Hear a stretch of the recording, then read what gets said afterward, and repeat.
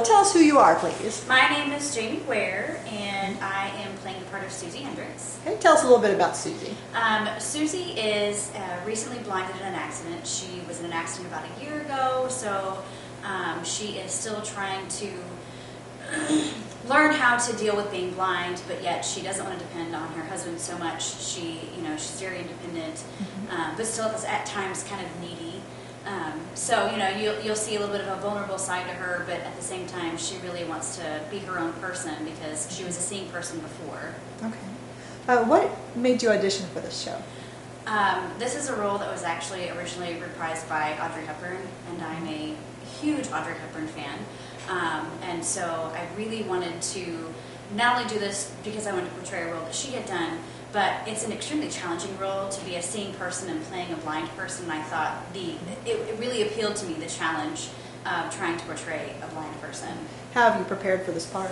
That's actually funny. I just met with a blind couple who live here in Jefferson City, and I got to meet with them, and I got to see how they live in their home, which is what Susie does. She has to live in her house every day, and she has to be familiar with her surroundings. It was very interesting to see how they work together and how they see with the rest of their body. And so being able to visually see people who are visually impaired go through their daily routine was a huge, huge benefit to helping me prepare for this. Okay. Now you'd mentioned you're a huge Audrey Hepburn fan, so yes. I'm assuming that you have seen the movie Waiting Till Dark. And have you seen any stage productions of this? I have not honestly seen the stage production. I've only seen the movie. To be honest with you, I didn't know the stage production was before the movie. I thought the stage production came after the movie. Oh, well. So I learned something. There. Yes. Yeah. How do you think that the plot and the characters compare between the stage production and the movie? In film, they can do a whole lot more suspense-wise, I think. But I do think the script is written really well to where, as long as we as actors portray the characters that we are meant to portray, I really do feel like we will bring the intensity, And so I think that, even though film you got the music and all that kind of stuff that comes with it and kind of helps make things a little bit more intense, I do think that it's written properly to be able to compare the two, suspense-wise. So why do you think that local audiences should come to see this show?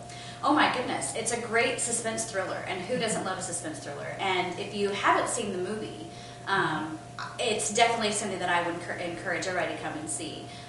It's a little bit different just because it's a drama, which is great. It's not a ha-ha comedy, but sometimes, a little bit of drama is good. I know that you guys are doing a Friday morning production for the area 8th graders, is that correct? Yes. How do you think that particular audience will compare to your evening audiences? Younger audiences are always a little bit more fun. They tend to pick up on things that sometimes the older audiences don't pick up on, which I find interesting because I've been a part of shows before in the past where we've done them for the 8th grade classes, and they always seem to pick up on little things that sometimes you don't expect people to pick up on. They really do actually, they're really in tune, and they really seem to be engaged, and I think they really enjoy these productions. You had mentioned a little bit ago other shows that you've been in. What was the last thing that local audiences may have seen you in? I was recently in Anything Goes, which is a musical. We just did that last summer, and that was actually my first time back on stage after a couple of years. I took about a 2-year hiatus, but I've been involved in Little Theater for over 10 years now. Wow. So, where do I go here? You go wherever you want, Laura. I go wherever I want, yeah. So what is coming up next for you after this production is ended? I actually will be in Spamalot. I shouldn't say just a dancer. I'm going to be a dancer in the show.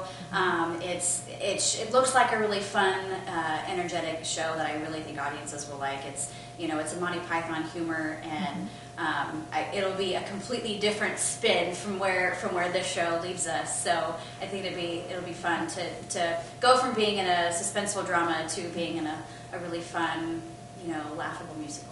Okay. And are there any local businesses that you might like to plug?